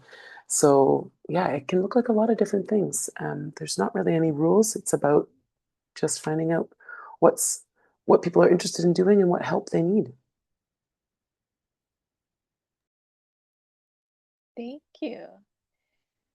I have many more questions I want to ask, but I'm going to go to Fred. And again, I'm just going to say, if anyone wants to ask a question or if you want to share your own experience as well, please feel free. But over to you, Fred, to respond. Oui, juste une petite réflexion. D'abord que les artistes se rassurent dans les statistiques de consommation, notamment écologique. C'est le public qui dépense le plus en fait, et de se rapprocher du public, il est bien évident que en termes de coûts écologiques et d'empreinte carbone, on gagne énormément. Ramener 500 personnes dans une salle, évidemment que ça a un coût énorme en termes d'empreinte carbone, et donc la proximité des lieux fait que bien souvent dans toutes les stats en France, on a beaucoup d'études là-dessus, notamment sur les festivals et tout. C'est énorme ce que le public génère en consommation de carbone, malheureusement. Donc ça, le slow tour, pour ça, il y a au moins cette version, un peu, cette vertu, j'ai envie de dire, qui est quand même en général toujours de se rapprocher des lieux, et puis des lieux qui sont pas forcément des lieux de grande jauge, de grande capacité. L'autre chose que je voulais dire par rapport à ce que vient de dire Kate, c'est quand justement pour un diffuseur, quand il a en fait son travail, c'est de répondre, ou en tout cas d'amener quelque chose de plus à sa communauté. Mais quand on réunit 50, 100 personnes autour d'un projet de diffusion, en fait, on a 100 ressources. En fait. C'est-à-dire que dans ces personnes-là, il y a des gens qui savent faire à manger, il y a des gens qui ont de quoi loger, il y a des gens qui gardent des enfants, il y a des gens qui soignent les, les malades, il y a des gens. En fait, on a toutes les ressources sous la main. Et quand on fait appel, nous, en France, pas mal de salles font appel à du bénévolat en début de saison, voilà, qui a envie de s'investir. Alors, ça peut être à plein de niveaux, à tenir la buvette, à participer à la programmation, à accueillir les artistes, etc. Mais quand on les questionne sur, mais est-ce qu'il y a des gens parmi vous qui voudraient loger les artistes ou quoi? En fait, il y a plein de gens. Est-ce qu'il y a des gens qui voudraient faire à manger, recevoir les artistes? Mais il y a plein de gens. En fait. Et c'est là où c'est intéressant, je trouve, c'est que on quitte juste le simple rapport, encore une fois, de consommation de la musique. On établit des liens entre les gens et les gens sont tout à fait prêts à. Donc la difficulté, c'est plutôt elle est souvent sur le développement et la bonne connaissance du public, de sa totalité. Mais souvent, on reste, quand on gère une salle, on reste dans les problématiques de la salle. J'ouvre les portes à telle heure, je propose tel objet artistique en consommation, et puis ça s'arrête là. Et c'est là qu'on fait une erreur, puisque tous ces gens qui rentrent, quand on les connaît, c'est des ressources. On n'a pas besoin d'aller chercher quand on les investit au projet, on n'a pas besoin d'aller chercher ailleurs. Ils sont là. C'est les ressources. Elles sont déjà dans la salle, j'ai envie de dire. Donc c'est avec eux qu'il faut travailler en amont et c'est avec eux qu'il faut développer voilà, en fonction de l'artiste et de ses besoins. Parce que là, on a des exemples de voyages en famille avec des enfants en bas âge, etc. Mais on pourrait avoir aussi des artistes plus âgés. Je vais parler pour ma paroisse, mais on a bien sûr des artistes qui n'ont pas d'enfants, on a des artistes qui sont dans d'autres formes, d'autres modes de vie aussi. Et on parlait d'équité, voilà, tout le monde ne vit pas de la même façon, les relations aux autres, etc., etc. Donc ça, c'est vraiment intéressant à aussi, comment dire, faire vivre, faire connaître au niveau des publics.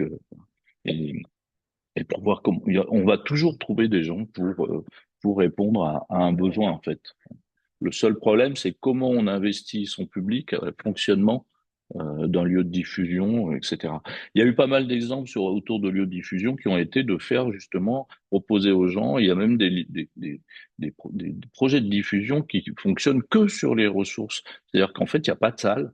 Le projet de territoire, c'est la diffusion. Quelqu'un s'occupe de faire de la diffusion. Il y a une charte d'accueil. Et en fait, c'est les gens qui accueillent les concerts, qui font à manger, qui accueillent le public eux-mêmes, etc., qui font un pot après, etc. Et autour de ça se tisse toute une micro-société autour du projet artistique et qui répond aux besoins du projet artistique. En fait, c'est très simple si on fonctionne comme ça. C'est très surprenant d'interroger le public là-dessus. On est très surpris à chaque fois du nombre de ressources qu'on a sous la main, en fait, et dont on n'a pas besoin d'aller chercher ailleurs que, encore une fois, dans la salle symboliquement.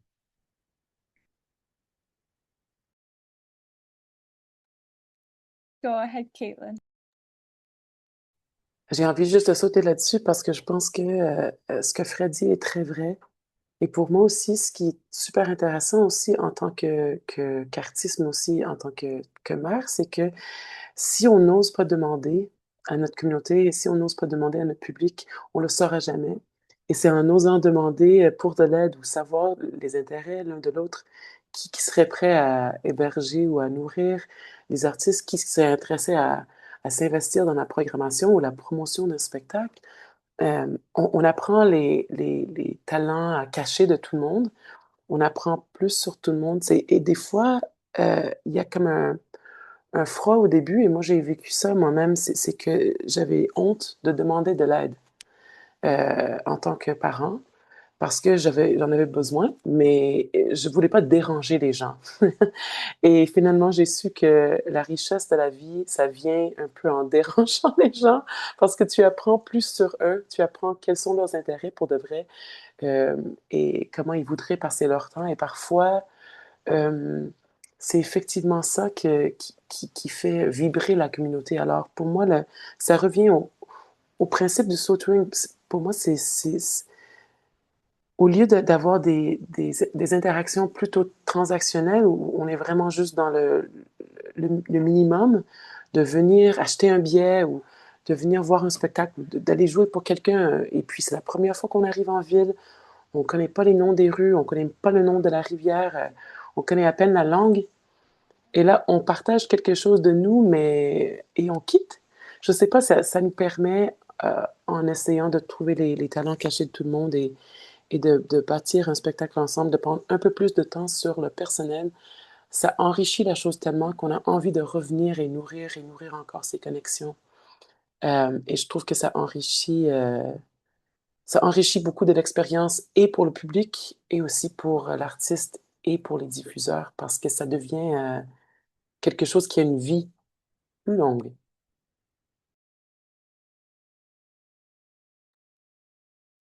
Yeah, I love that. I think my question is connected to that. Oh, Carmen, I will try to find that study and follow up with you. This was shared, our last workshop was on sustainability, so I remember it from that, but I'll find it. Um, my question, and depending on time, this might end up being the last, but I still encourage everyone to throw chats in the questions in the chat.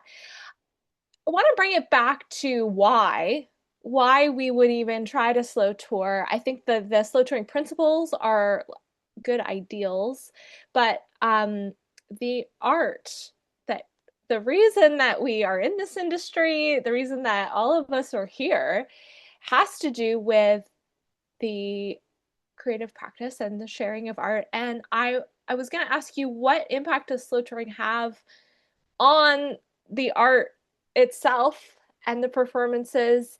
But I also invite you all to share any other whys that kind of drive you as to why it's worth trying to find a way to slow down. So any of you are welcome to jump in on that.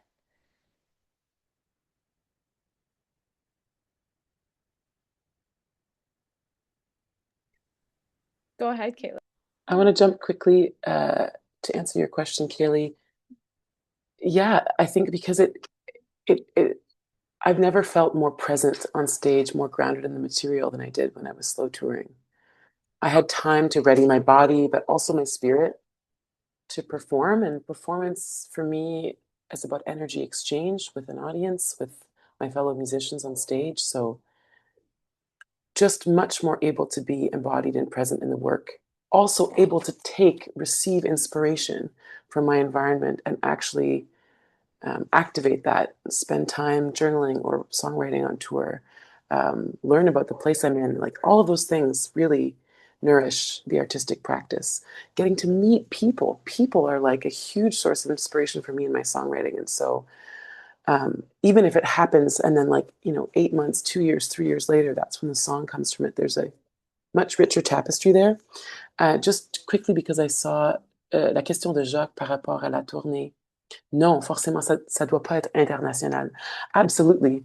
Like, oui, on peut faire des tournées lentes locales. Et finalement, that's a great place to start. I just think it's not about doing everything. It's about trying to apply some principles that you're drawn to and seeing what comes from them for me. So I'll close it there and pass it on to others about their why. I might just add a couple things in terms of what it does to the art. And for me, the biggest challenge as a performer is to be present on stage and to remain that way throughout the performance. And it's amazing how big of a difference it makes to embody the slow touring principles in being able to be there in all of the ways that you can be there, be as rooted as you can, connected to the meaning of your songs. And often for me, the kind of substance of the music is reflective of these slow touring values as well. And so I need to live that in order to be able to sing that effectively. And so that makes a huge difference for me. And one other small but big thing I wanted to add about what slow touring allows is that it means that there's opportunities for artistic development along the way as well. There's a little bit of time for seeing a free museum here and there. For us, we went to go see organ played as slow as possible in Germany, and it was one of the most profound experiences of seeing humans making art. And so that for me is huge because it's not every day we get to go somewhere new, and being a touring musician is a huge gift, and I want to be able to actually take in all of those gifts along the way, and then share that with other communities. It enriches the experience for everyone eventually, is how I like to see it.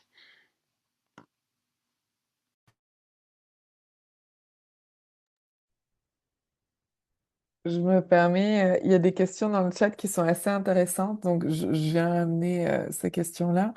On a Jacques qui nous demandait si ça devait juste se passer à l'international, ce genre d'accueil et d'échange. Et je lui répondais qu'en fait, il nous avait un peu démasqué et que la rencontre d'aujourd'hui, certes, elle parle de l'international et des échanges internationaux, mais que toutes ces choses-là peuvent s'appliquer dans sa localité au quotidien, dans l'accueil des artistes d'ici aussi. Et ça fait aussi écho à une question de Claire qui demandait si en tant que diffuseur, sans salle de spectacle, est-ce qu'il peut être acceptable de suggérer ce type d'options aux artistes qui ne les demandent pas directement? Et je proposais, selon moi, justement, de questionner les artistes et peut-être de monter un espèce de plan d'accueil avec des options pour que le diffuseur puisse lui-même étudier et comprendre ce que ça peut apporter, ce que ça peut lui apporter en termes de connexion avec le public et aussi de découvrabilité de l'artiste. Je vois des têtes qui se hochent. Peut-être que Fred, tu as peut-être envie d'ajouter des choses. Je vois que Kaitlin aussi, elle hoche la Ouais, tête. je crois que c'est ça, c'est hyper important. Je parlais d'une charte, mais pourquoi pas. Je pense il y a, tout le monde s'improvise pas enfin, accueillant d'artistes. Il y a des contraintes, comme on les a vues dans la préparation, ne serait-ce que l'exigence du métier qui fait que voilà, il y a besoin de certains conforts, il y a besoin d'une certaine intimité, il y a pas mal de règles, je pense qu'il faut établir. Et pour répondre à la question qui était est-ce qu'on peut proposer à des artistes qui l'ont pas demandé, je pense que c'est là où il faudrait qu'on leur propose quoi, qu'est-ce que c'est cadré comment. Euh, En fait, et c'est là où il y aura l'ambiguïté. Euh, je ne vais pas parler en tant qu'artiste, mais j'ai quand même une carrière où j'ai fait beaucoup de tournées, plutôt moi au service d'autres artistes dans des contextes très marchands. Donc, j'étais plutôt dans les hôtels de banlieue la plupart du temps parce que c'était pas non plus de la grande tournée. Et de toute façon, si ça l'avait été, c'était pas les musiciens qui étaient d'accompagnement qui étaient dans les grands hôtels. Mais tout ça pour dire que c'est combien de fois j'ai préféré dormir chez les habitants plutôt que dans l'hôtel de banlieue qui ressemble à tous les hôtels de banlieue avec tous les mêmes magasins, etc. Et au bout d'un moment, j'avais qu'une envie, c'était d'arrêter de faire ça parce que j'y prenais aucun plaisir, plus du tout de plaisir. Alors que de rencontrer des gens, de prendre le petit-déj avec eux alors c'est sûr que par contre des fois on avait un lit pas très confortable, on dormait pas très bien et ça c'était pas bien pour le concert du lendemain. Il y avait peut-être du bruit, etc. Peut-être que, enfin, le petit-déj n'était pas tout à fait ce qu'on aurait voulu. Et c'est là où je pense qu'il faut cadrer les choses. Il y a pas mal d'endroits en France où ça se fait déjà et souvent il y a eu des chartes qui ont été écrites de dire bon voilà, qu'est-ce qu'il faut au niveau de l'artiste, qu'est-ce qu'il faut au niveau de l'accueillant, qu'est-ce qu'il faut au niveau du lieu, enfin, etc., etc. Et puis au moins, c'est un peu une sorte de. J'aime bien l'idée de la charte. C'est pas un contrat, c'est quelque chose qui est pensé par les parties, mais ça revient à contractualiser un petit peu les choses de façon bienveillante pour que chacun s'y retrouve. Et je pense que c'est ça qu'il faut faire, mais c'est encore une fois quelque chose à faire avec les gens concernés dans la discussion. Quels sont les besoins. Et puis ça peut changer d'un artiste à l'autre, comme on le voit, du moment où il y a des enfants, c'est différent que quand il y en a pas. Est-ce qu'il y a des couples, est-ce que c'est des gens, voilà, comment les gens vivent un peu leur tournée, comment ils ont envie aussi de la vivre sur le temps de présence, etc., etc. Donc, c'est hyper important de cadrer. Je trouve que ce qui est intéressant dans le débat qu'on a là, pour moi, ça serait vraiment d'arriver. On l'a vu sur le budget. Moi, j'ai fait une petite colonne dépenses, recettes, entre guillemets. Qu'est-ce qui fait gagner de l'argent à un endroit où, par rapport à quelque chose de plus conventionnel, etc. Qu'est-ce que ces histoires de cahier des charges, un peu de chartes, etc. Je pense que ça serait intéressant d'arriver à lister tout ça et à faire une espèce de guide de bon fonctionnement, quoi, avec plein de cas possibles. J'en prends bonne note, nous, pour Réseau Ontario, pour peut-être proposer quelque chose aux diffuseurs, parce qu'on est un réseau de diffuseurs, avec des idées, des options, de démontrer ce que ça peut aider comme connexion aussi. Et puis j'ai noté aussi ce que disait Kaitlin, de peut-être avoir indiqué les jolis parcs du coin, ou peut-être d'avoir des rabais chez certains cafés locaux, ou des choses comme ça. On va peut-être pouvoir travailler là-dessus. Je me mets des petites notes chez Réseau Ontario, en tout cas, pour ces choses-là. Kate, je sais pas si tu voulais ajouter quelque chose.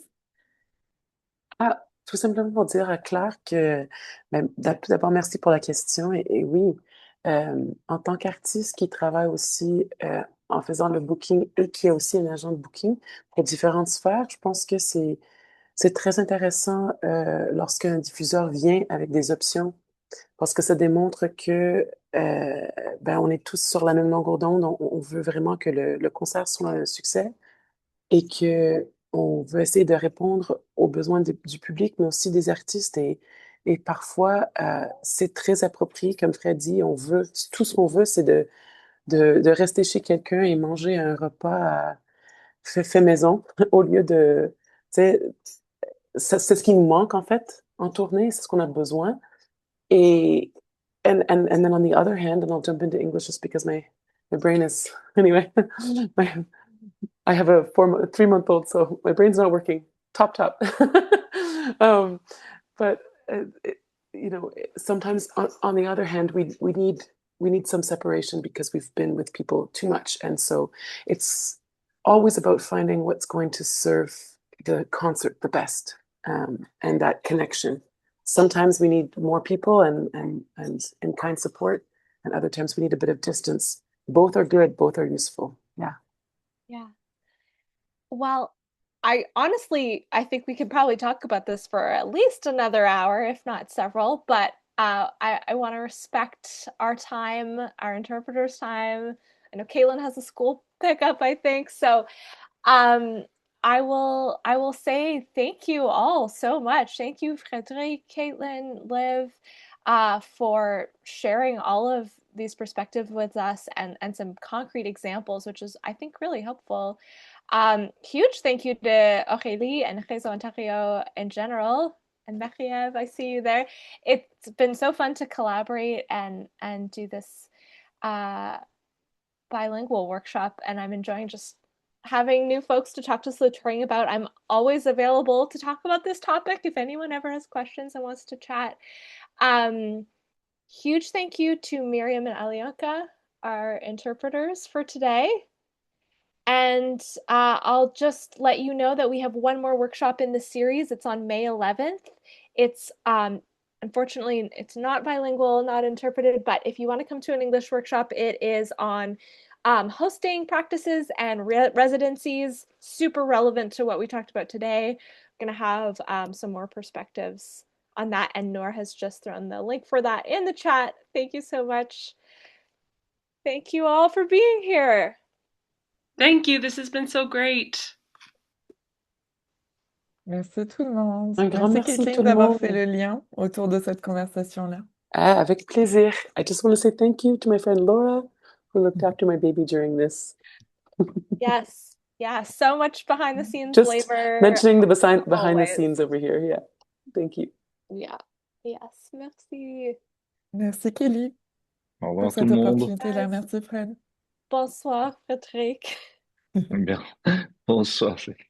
Merci beaucoup. Bonsoir. Bonsoir, Aurélie.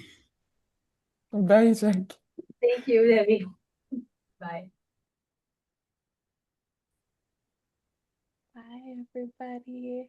Bye-bye. Au revoir tout le monde. I'm staying on in case there's any. I'm just saying to say thanks for the whole thing.